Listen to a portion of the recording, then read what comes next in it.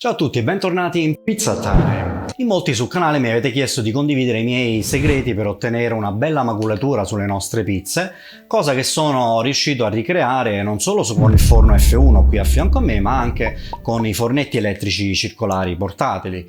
Quindi oggi vorrei prendere come esempio una tipologia di pizza che secondo me è il punto di riferimento per quel che riguarda la maculatura. Parliamo della pizza avvampata a ruota di carro dell'antica pizzeria da Michele Condurro, sita a Forcella.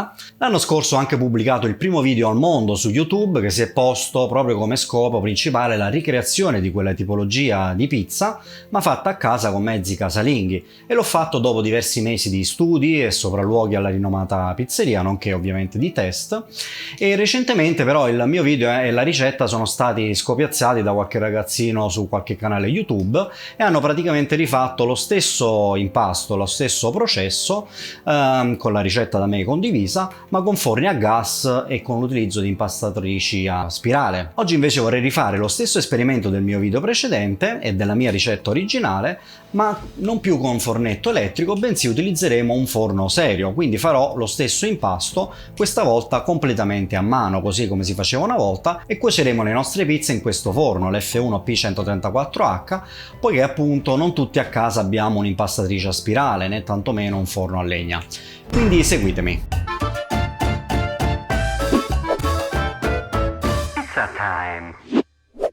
Veniamo ora alla maculatura e come fare per ricrearla a casa. Si tratta di un fenomeno molto difficile da ricreare e che divide anche molto il pubblico, infatti molti la osannano e la adorano, mentre altri invece la odiano, addirittura la additano come un difetto dell'impasto.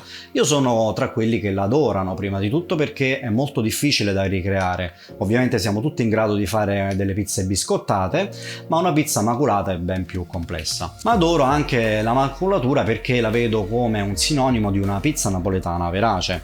Come sappiamo, la maculatura può essere spiegata dal punto di vista chimico con la cosiddetta reazione Maillard, che avrete sicuramente sentito nominare più volte. Non mi dilungo nei dettagli perché non ne sarei neanche capace, ma è praticamente una reazione determinata principalmente dalla quantità di zuccheri presenti nell'impasto nel momento in cui inforniamo la nostra pizza e la reazione al calore degli stessi. Quindi la caramellizzazione appunto ci dà questi puntini neri. In molti ricercano la maculatura in altri modi, come ad esempio con l'aggiunta di malto o miele, con il raffreddamento dei panetti prima della cottura ad esempio in frigo o in freezer, o ancora con la pasta di riporto. Sinceramente sono tutte cazzate. Dai miei esperimenti e dagli studi dell'impasto tipico di Michele Condurro posso dirvi che i punti da rispettare sono essenzialmente tre: la bassa idratazione dell'impasto, quindi tenendoci massimo entro il 63%, proprio come dice l'associazione della pizza verace napoletana, lunghi tempi di lievitazione, quindi sopra le 24 ore, e una cottura molto violenta, quindi a 500 gradi o oltre per meno di un minuto, quindi ci deve essere una forte escursione termica. Ma vediamo ora più nel dettaglio tutto il processo a partire ovviamente dall'impasto. La ricetta abbiamo detto che è quindi identica a quella del mio video dell'impasto stile Michele, quindi potete anche seguirla da quel video. Qui modifico le quantità per i panetti e per F1, quindi con queste dosi avremo 3 panetti da circa 280-290 grammi. L'impasto è semplice da fare anche a mano perché è un diretto al 63% di idratazione ed inseriremo gli ingredienti esattamente come fanno nella famosa pizzeria. Quindi si parte dal sale, 15,6 grammi appunto di sale marino, 312,5 di acqua fresca o ghiacciata se fa molto caldo, ed ora per prima cosa ci assicuriamo che il sale sia completamente disciolto nell'acqua. Per praticità utilizzerò una forchetta nella prima fase dell'impastamento per poi lavorare a mano successivamente. Quando non sentiamo più i granelli di sale aggiungiamo meno di un grammo di lievito di birra fresco.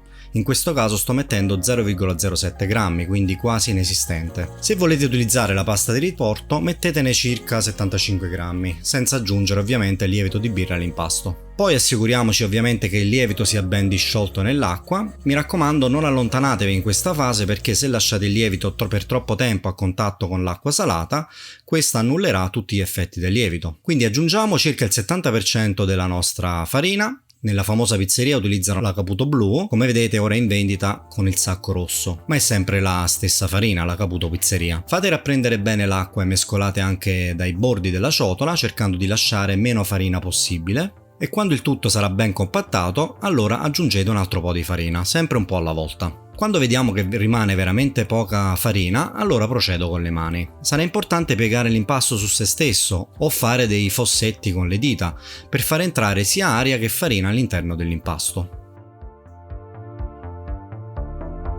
Mi sposto poi sul banco ed inserisco il restante della farina per completare appunto l'impasto.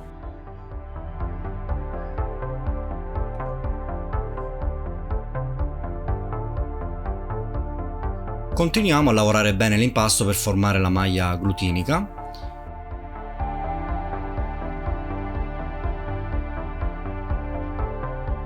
Qui uso la mia tecnica dei pugni rotanti. Maglio perforante! Continuiamo a formare il glutine impastando energeticamente. Lascio riposare per 5 minuti per non stressare troppo l'impasto. Poi faccio questi slap and fold per ottenere un impasto più setoso.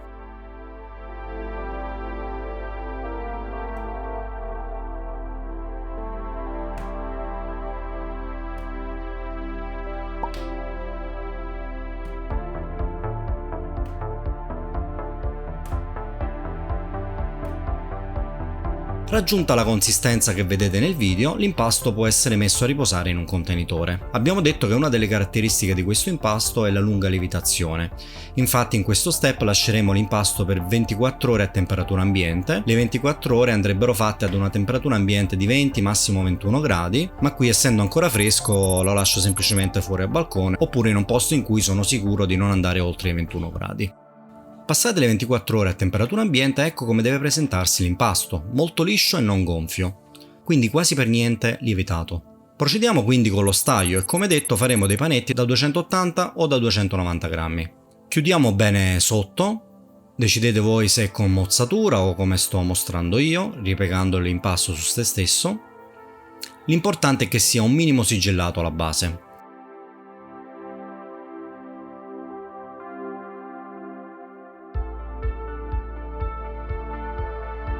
Poi arrotondiamo il panetto come mostro o con delle semplici perlature.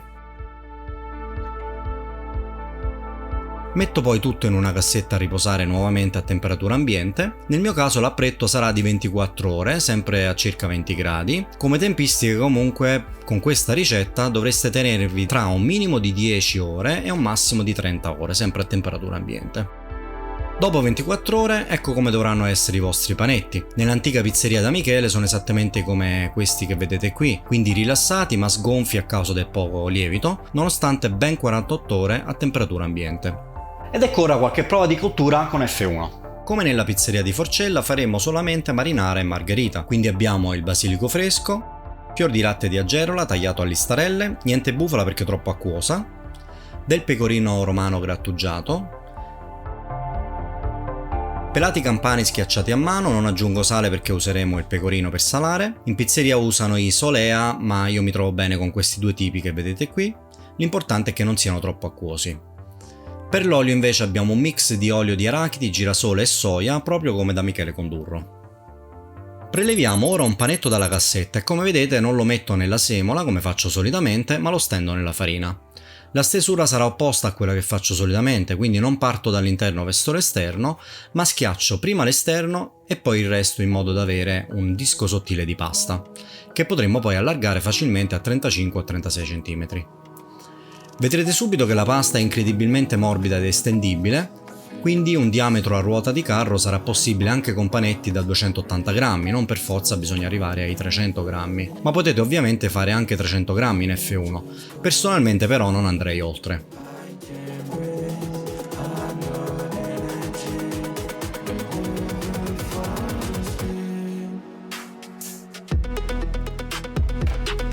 Lo passo poi sulla pala barella e condisco prima con i pelati, poi pecorino, mozzarella ed olio. Se vi piace il basilico potete già metterlo in cottura e poi aggiungerlo anche in uscita. Io lo aggiungerò solo in uscita. Passiamo ora ad uno dei punti da rispettare per la maculatura, quindi il forte shock termico. Infatti nell'antica pizzeria il forno a legna viene portato fino a 500 gradi e anche oltre, quindi con il nostro forno elettrico dobbiamo tenerci sopra i 470 gradi, possibilmente anche noi sopra i 500. Come vedete qui ho impostato 540 gradi per il cielo e circa 350 per la platea, sto usando il biscotto da 3,5 cm.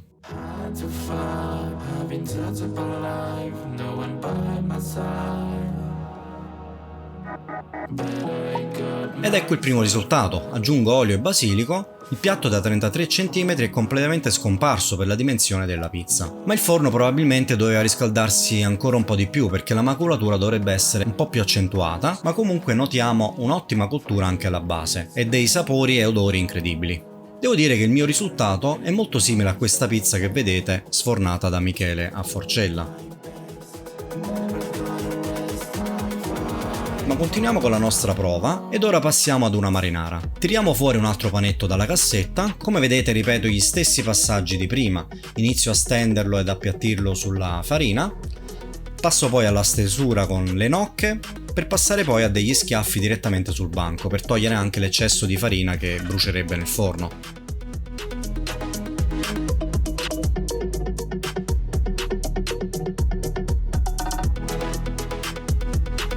Condiamo su pala barella, uso la pala barella semplicemente per comodità e per evitare di aggiungere farina sulla pala. Stendo fino al limite ed anche oltre e dopo aver finito di condire andiamo direttamente in forno. Ora abbiamo 560 gradi per il cielo e 360 per la platea.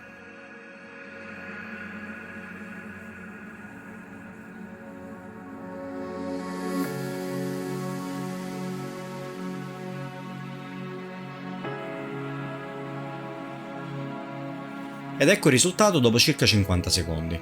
La maculatura è più accentuata rispetto alla precedente e vi mostro qui anche una comparazione fra una sfornata dall'antica pizzeria con forno a legna, mentre a destra vedete il mio risultato con il forno elettrico F1. Ed ora un'altra margherita con l'ultimo panetto.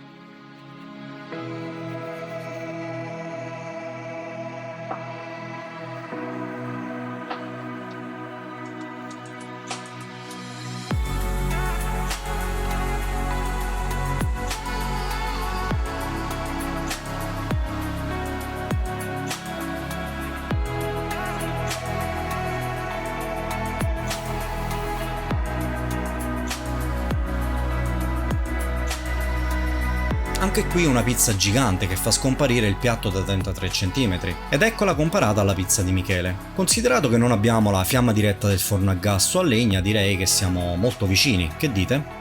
E per concludere vi ho fatto anche una prova con la stessa ricetta, ma utilizzando la pasta di riporto di circa 3 giorni al posto del lievito di birra fresco. In molti dicono che da Michele utilizzano sempre la pasta di riporto per ogni pizza, ma in realtà con i diversi pizzarioli di questa pizzeria con cui ho potuto parlare nei vari anni, nessuno mi ha mai confermato questa cosa, anzi tutti parlano di lievito di birra fresco, non di pasta di riporto. Credo che la pasta di riporto venga utilizzata solo in alcuni casi per dare una spinta in più al lievito di birra, ma non è sicuramente la loro metodologia usuale. Personalmente non ho mai notato differenze nella maculatura con l'utilizzo o meno della pasta di riporto. Eventualmente l'unica differenza è una nota leggermente più acidula nel nostro impasto. Quindi dopo aver condito una margherita inforniamo sempre allo stesso modo ed ecco pronta la pizza in meno di un minuto. Come dicevo e potete vedere voi stessi, sinceramente non noto differenze particolari nella maculatura rispetto all'utilizzo del lievito di birra nell'impasto.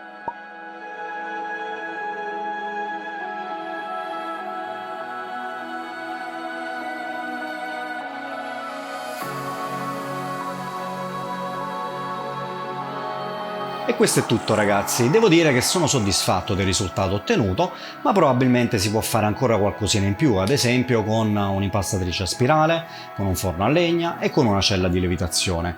Ma questo esperimento casalingo è fattibile un po' da tutti senza disporre di alcun attrezzo particolare, a parte ovviamente del forno, e vi posso assicurare che come sapori e odori sembra veramente di essere a Forcella.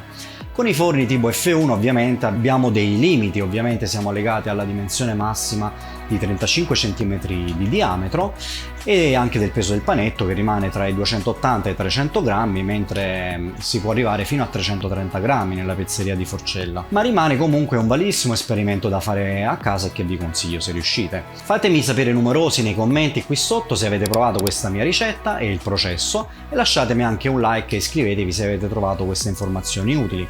Grazie a tutti per la visione e ci vediamo nel prossimo video.